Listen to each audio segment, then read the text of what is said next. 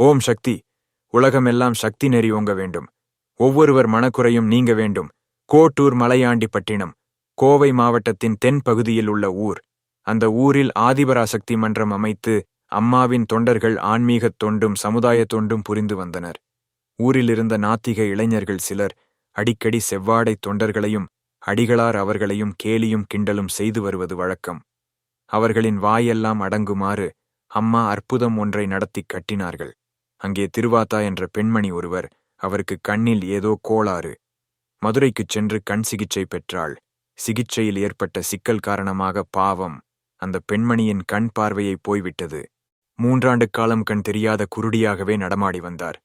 திருவாத்தா அந்த மன்றத்தில் திருவடி படம் கட் அவுட்டு வைத்து வெள்ளிக்கிழமை தோறும் பக்தர்கள் தங்கள் கைகளால் பாலபிஷேகம் செய்வது வழக்கம். ஒருமுறை அப்படி பாலபிஷேகம் செய்கிற போது அந்த குருட்டுப் பெண்மணியையும் கைப்பிடித்து அழைத்து வந்தார்கள்.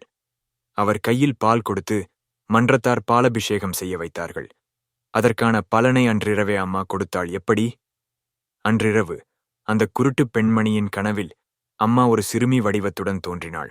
திருவாத்தா, திருவாத்தா, உன் கண்ணைத் திற என்று சொல்லி அவரது கண் இமைகளை பிரித்து ஒரு வெள்ளைத் துணியால் நன்றாகத் துடைத்து விட்டபடி, உனக்கு இனிமேல் பார்வை வந்துவிடும், கவலைப்படாதே என்று கூறிவிட்டு மறைந்து விட்டாளாம். மறுநாள் காலை கண்விழித்துப் பார்த்த போது ஒரே ஒளிவெள்ளம். கண்கள் கூசின. கண்களை கசக்கிக் கொண்டு பார்த்தார். சுவரில் இருந்த முருகன் படம்தான் முதலில் தெரிந்தது. பின் வீட்டில் இருந்த பொருட்கள் எல்லாம் தெரிய ஆரம்பித்தன. தாழ முடியாத சந்தோஷத்தோடு தெருவிற்கு ஓடி வந்தடியே, எனக்கு கண் தெரியுது, எனக்கு ஆத்தா வந்து கண் கொடுத்துட்டா என்று அக்கம்பக்கத்து பெண்களிடம் துள்ளலுடன் ஓடி வந்து கனவில் நடந்த செய்திகளை எல்லாம் விவரித்தார்.